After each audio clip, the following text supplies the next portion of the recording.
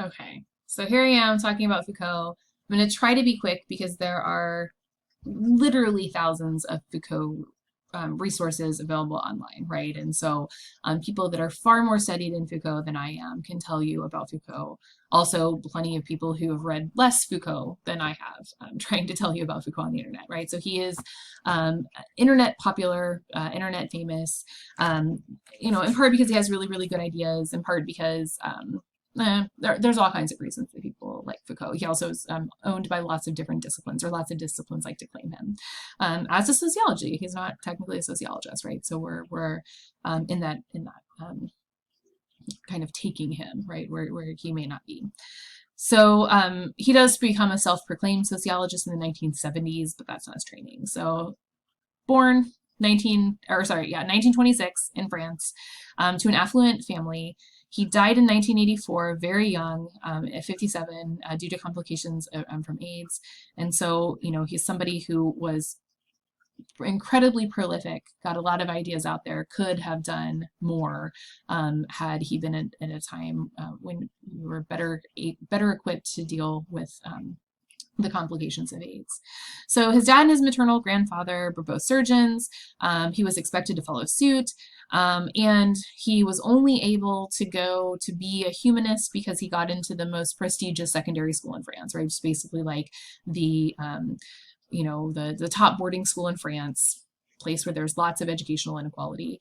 And so he, among entry, tested fourth in all of France, right? And so of every single high schooler that was kind of taking these tests in France, he was the fourth scorer.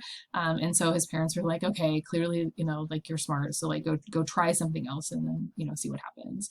But he's kind of always second to everyone else in his family who becomes a surgeon, right? Like his brother famously becomes a surgeon. And so like, I'm not a sibling, right? But from what I understand, right, there's a lot of interfamily issues when one sibling succeeds in the way that the parents want and another does not. So Foucault wrote a lot about that.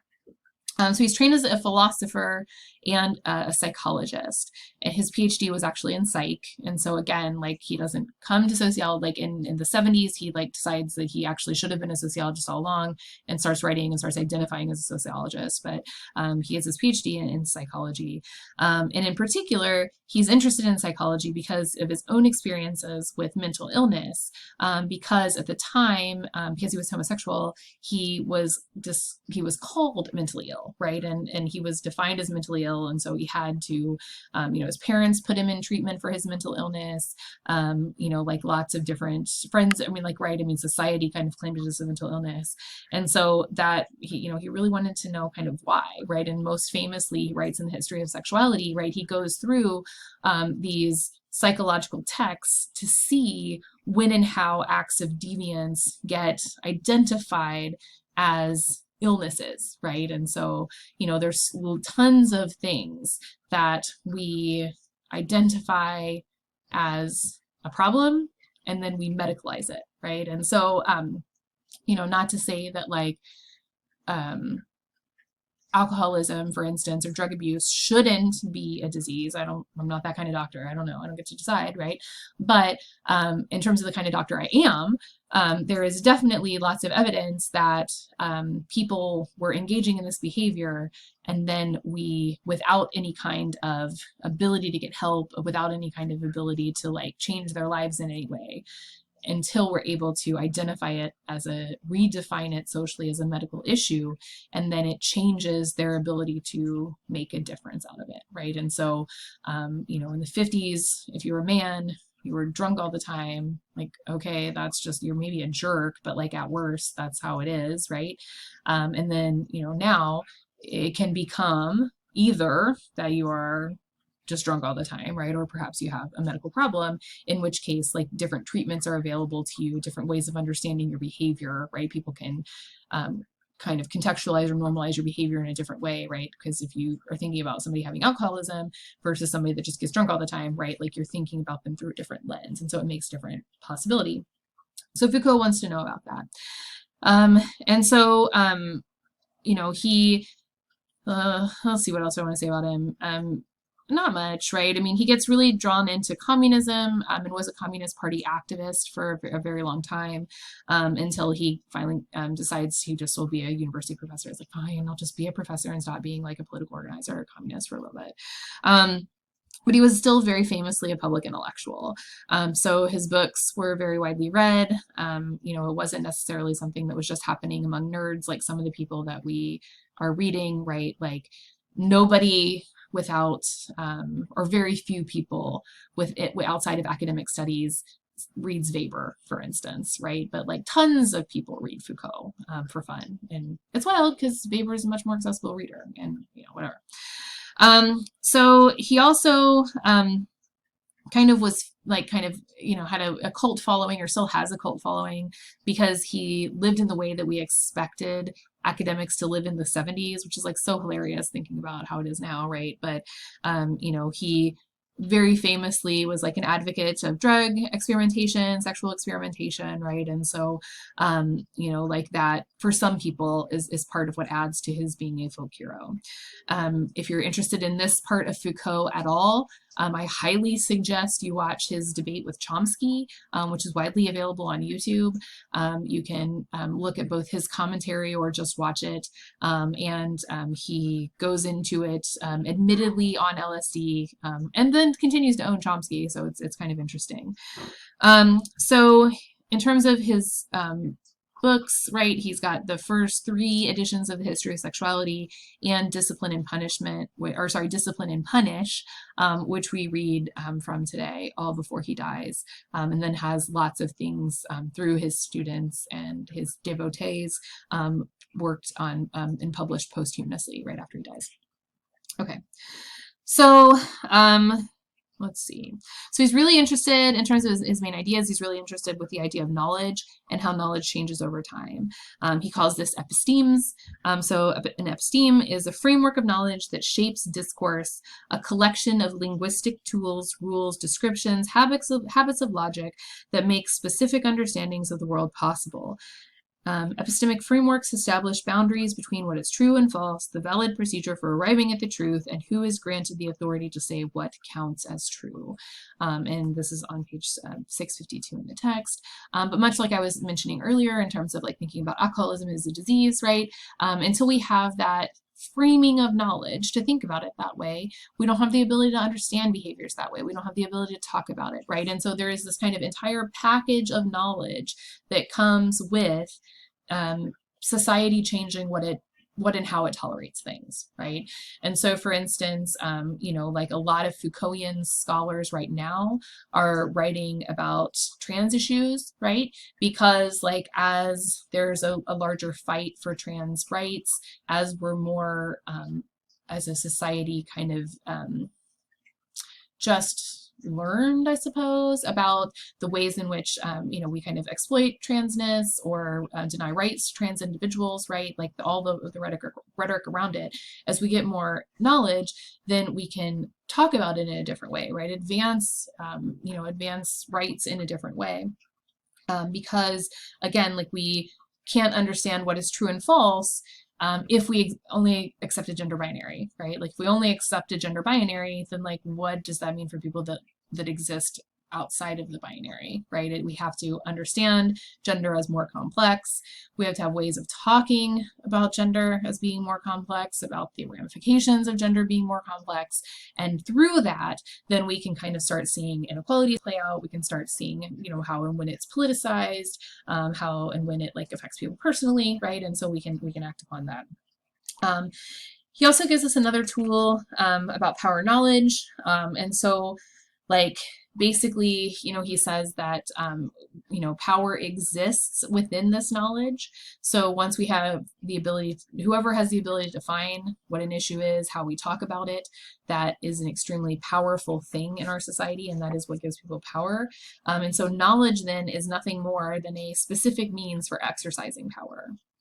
So it is not, as G.I. Joe would tell us, right, that knowledge is power, but it is that power is knowledge, right? Like being powerful affects what people can know and how they can know it.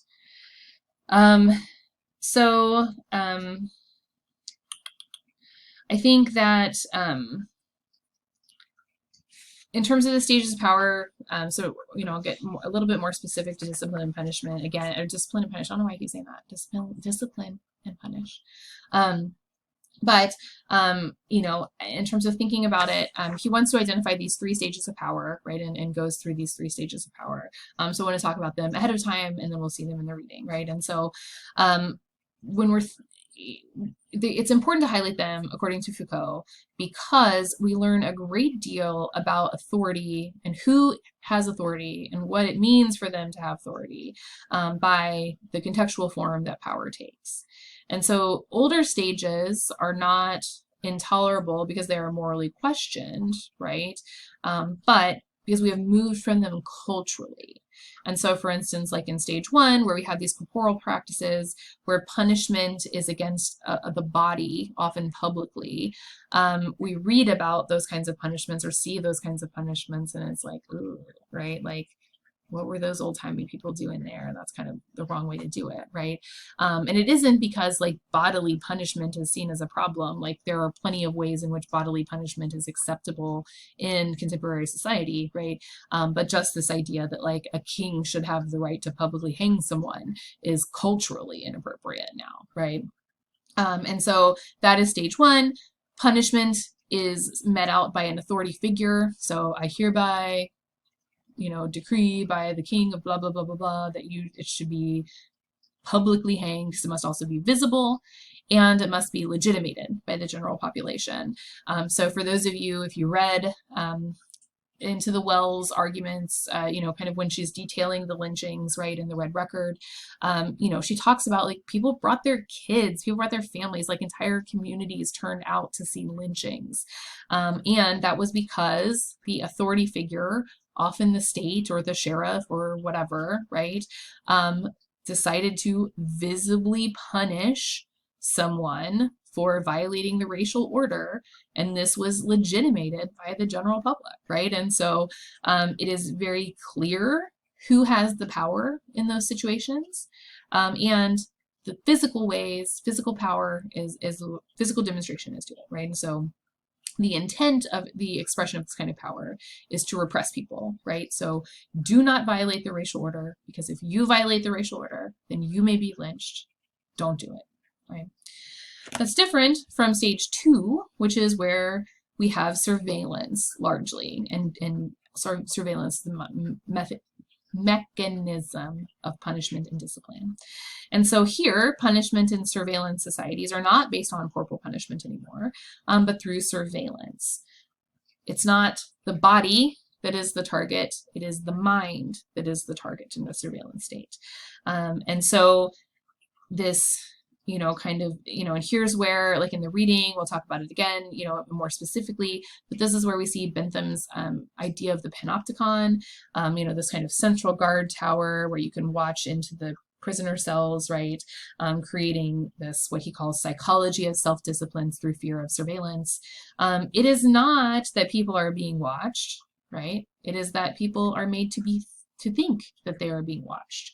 And so that creates a disciplinary society where everyone has to be on their best behavior because there's a normalcy of surveillance. So you have to be watched, right? So instead of, like being fearful of some person or some group of people who are literally going to come hurt you, now or in stage 2, it is that people are watching you, and so therefore you must be on your best behavior all the time, because even though they can't watch you all the time, if they catch you, then you're going to be in trouble, right?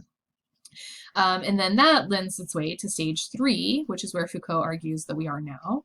And this is when individuals surveil and discipline themselves without any necessarily direct tie to observation or a need to be watched. And so the outcome is a disciplined individual. Okay. So social structures are useless in this way because basically we do it to ourselves, right? And so, as someone who is, at least for my own comfort levels, too obsessed with like bodily metrics, right? I mean, I track how much sleeping I'm getting, I track how many like miles I ride my bike every week, right? Like all these kinds of things.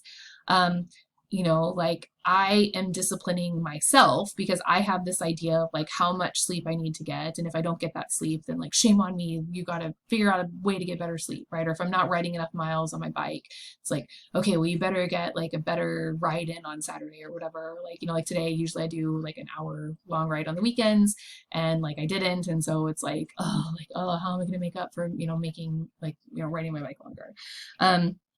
And so, like in this, like you have performance evaluations, grades, quotas, all these kinds of things, right? And like, so this idea is that like you're watching yourself. Like I don't need to necessarily watch over your shoulder all the time to make sure that you're not cheating.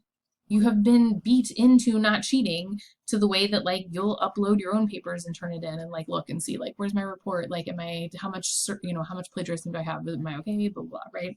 It's all within. So let's see this, right? So discipline and punish, I'm not going to start with, we're not really going to go through this like huge reading about Robert the Devil and this public torture, right?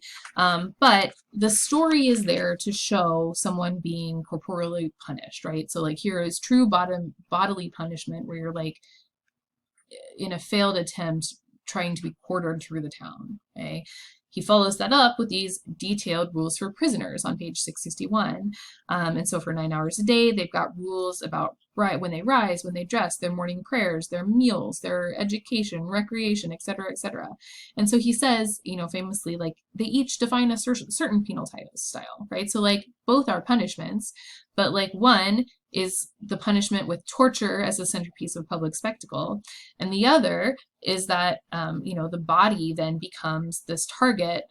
It is disappeared, right? It is no longer the body, but is instead the mind. So the monotony of the like, wake up, do your prayers, do your cleaning, eat, recreation, learning, recreation, eating, right? Like the monotony of that is the punishment, not being drawn and quartered. So in the third tale, hopefully like wildly appropriate to right now, or at least relevant, right? We have the idea of the pandemic and the surveillance of the street. Here you have this idea that the gaze is everywhere. Everyone is locked up in their cages, and they have people walking through the city, like, where are you going? Who told you you could go? Why are you doing this, right? The surveillance system is based on a system of permanent registration. The plague on page 663, column 1, the plague is met by order. Its function to sort out every possible confusion, that of the disease, which is transmitted when bodies are mixed together, that of evil, which is increased when fear and death overcome prohibitions. It lays down for each individual his place, his body, his disease, and his death, his well-being, by means of an omnipresent and omniscient power that subdivides itself in a regular, uninterrupted way, even to the ultimate determination of the individual, of what characterizes him, of what belongs to him, of what happens to him.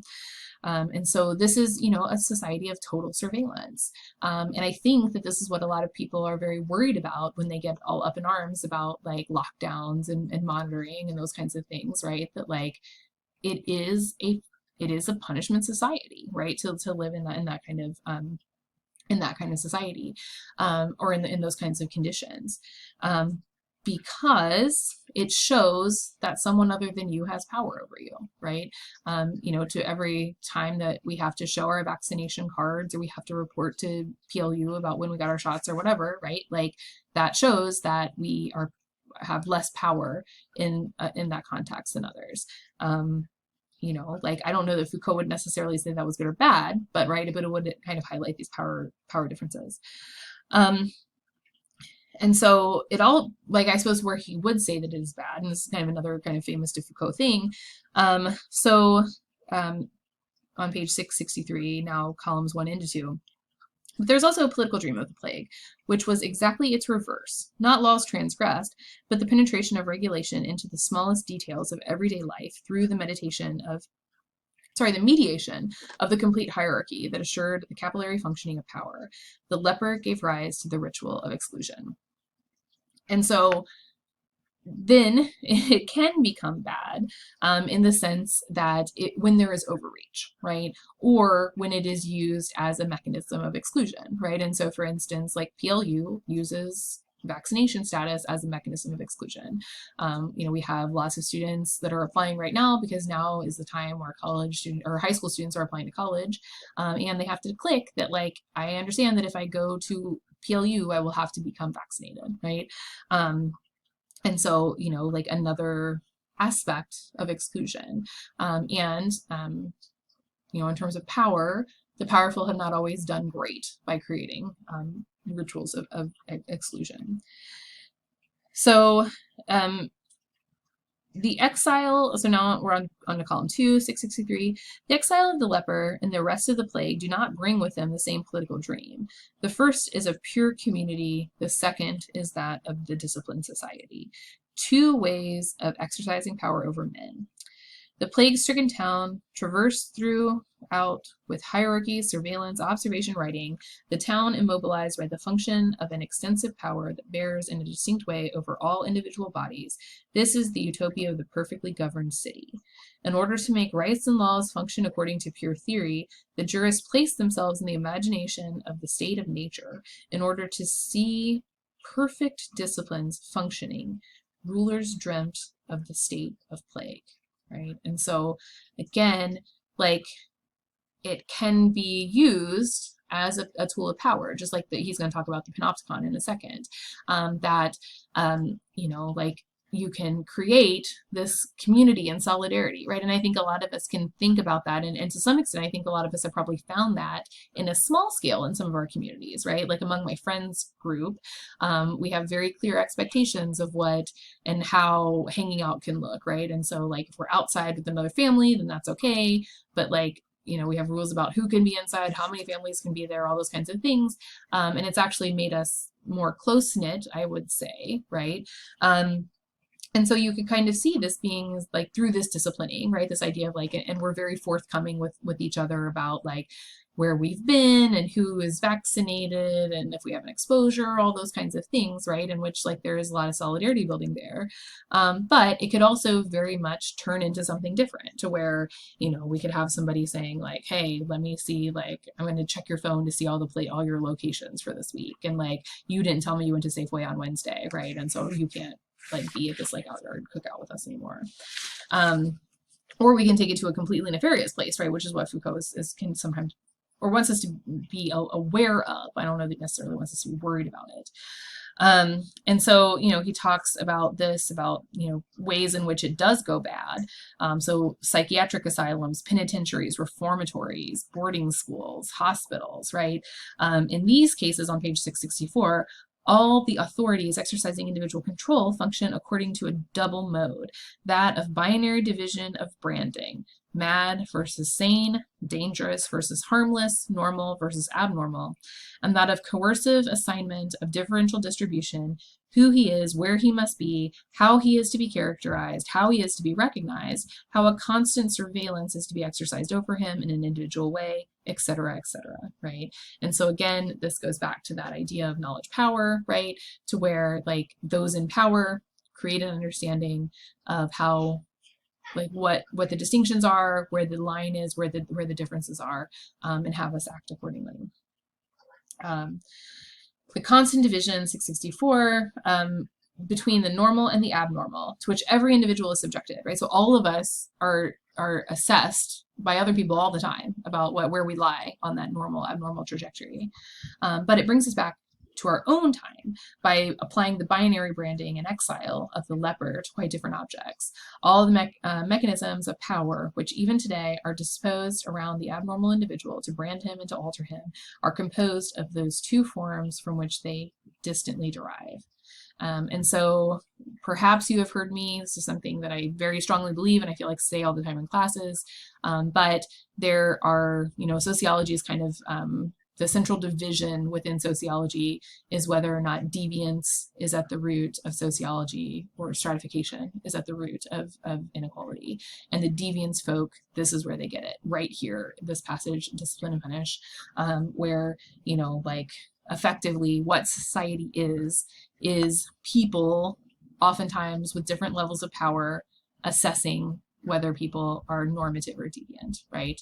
And acting in accordance to where there is power about whether that, you know, people are normative or deviant. For Foucault, then, I was trying to say all that as one word. So for Foucault, then, that makes society centrally about deviance and the assessment of deviance.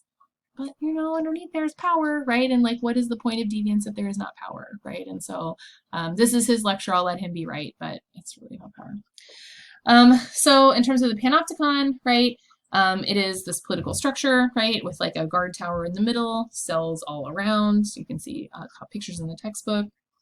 But it is hence the major effect, page 664 into 665, of the panopticon to induce in the inmate a state of consciousness and permanent visibility that assures the automatic functioning of power. So to arrange things that the surveillance is permanent in its effects, even if it is discontinuous in its action, the perfection of power should tend to render its actual exercise unnecessary, that this architectural apparatus should be a machine for creating and sustaining a power relation independent of the power who exercises it. Bentham laid down that the principle of power should be visible and unverifiable.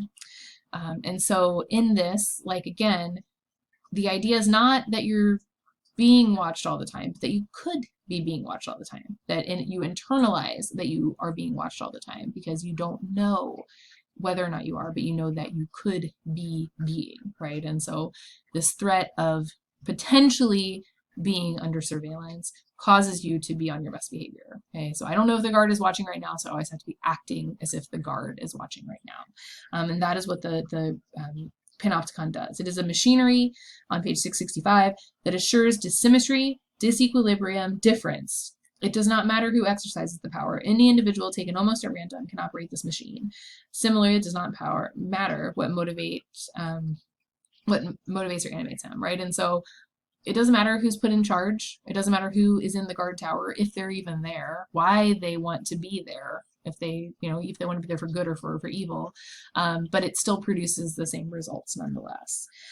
He who is subjected to a field of visibility and who knows it assumes responsibility for the constraints of his power. He becomes the principle of his own subjection, right? And so this idea again that through surveillance we self punish, right? Or we self discipline. We just have to create this idea as if we were being watched, right? I mean, it's the same thing to go back to Turnitin. I made the argument earlier that, in a stage 3, you would just be so fearful of plagiarism that you would not do it, right? But in stage 2, you've got that button there that's like, we're going to check, right? Like, just so you know. And that's even more so what that, like, the little thing you check that, like, this work is my independent work and I did it all by myself and I promise you that.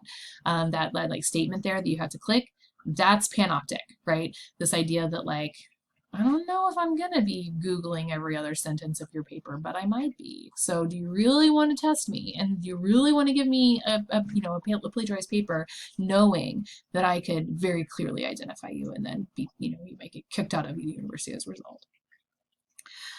He goes on to talk about the utopian functions of the panopticon on page 667. And again, not utopian because it is the best, right? But utopian in that it is the perfect exercise of power, right? So it is the perfect, Foucault argues, the perfect tool of power. Because it can reduce the number, like you only need one person, maybe even 0 people to make everybody obey, right? That it is possible to intervene at any moment. So if you're in the center and there's some shenanigans going on in these cells, like, whoop, you're there, right? Like you can be watching it. It acts directly on individuals. It's exercised spontaneously and without noise. It never intervenes. It can be integrated into any function. It can increase the effectiveness of the function. It is, internal. There's no risk. It's not threatening or scary. So for instance, like, I always think of Foucault and the panopticon when I go into a store and they've got a security guard, particularly if that security guard's watching like a bank of cameras. So at the Target that I use, when I go in there, there's like a security station and the person's watching like all these monitors. That's like the, hey, right? Like, we're watching you, like, just know, right? Like if you want to, put that, I don't know, whatever people steal from Target, like chocolate. I don't know. If you want to put that chocolate in your pocket, like that's fine, but I'll know you did it. So proceed, go shop. Okay. So again, he wants to know about how we transition between these forms, right? And he wants to understand, he talks about like how we go through disciplining the disciplines and disciplining, right? And so the disciplines, he means like ways of knowing, right? And so as we change ways of knowing, that changes who has power. He talks about the role of schools in doing this, about how the self-discipline makes effectively the state it controls the mechanisms of discipline on page 69, or has the monopoly of violence, and kind of this, kind of continues to move forward until we exist in a disciplinary society, which he says is connected with a number of broad historical processes, economic, judicial-political, and lastly scientific, of which forms its parts, right? And so discipline is economic, right? Because so discipline can be economic, it exists within laws and rules, and it is scientific. It might be said that the disciplines are techniques for assuring the ordering of human multiplicities. So any way that creates power at the least possible cost while maximizing complacency and compliance, minimizing resistance, and making people more docile and more useful to the system. And so, in terms of thinking about like now versus the 18th century, it's not at all that like there's any more power or that there's any more punishment or whatever, right? It is just that we've reorganized society to put the burden of exercising that power onto the individual instead of having and self-directed, instead of having it exist in kings and rulers, and having it exercised upon the people. So we're now at a place, and he does think stage 3 is way more oppressive because we're at a place where there is continual punishment with no end, right? Like discipline is continually punishing yourself with no end in sight. And it has a way of creeping into everywhere, right? So that even something that I do for leisure, like riding my bike, becomes a way that I can monitor myself, feel like I'm not producing enough, and punish myself, right, for it. So yeah, and again, tons and tons out there about Foucault if you want to know more. Thanks.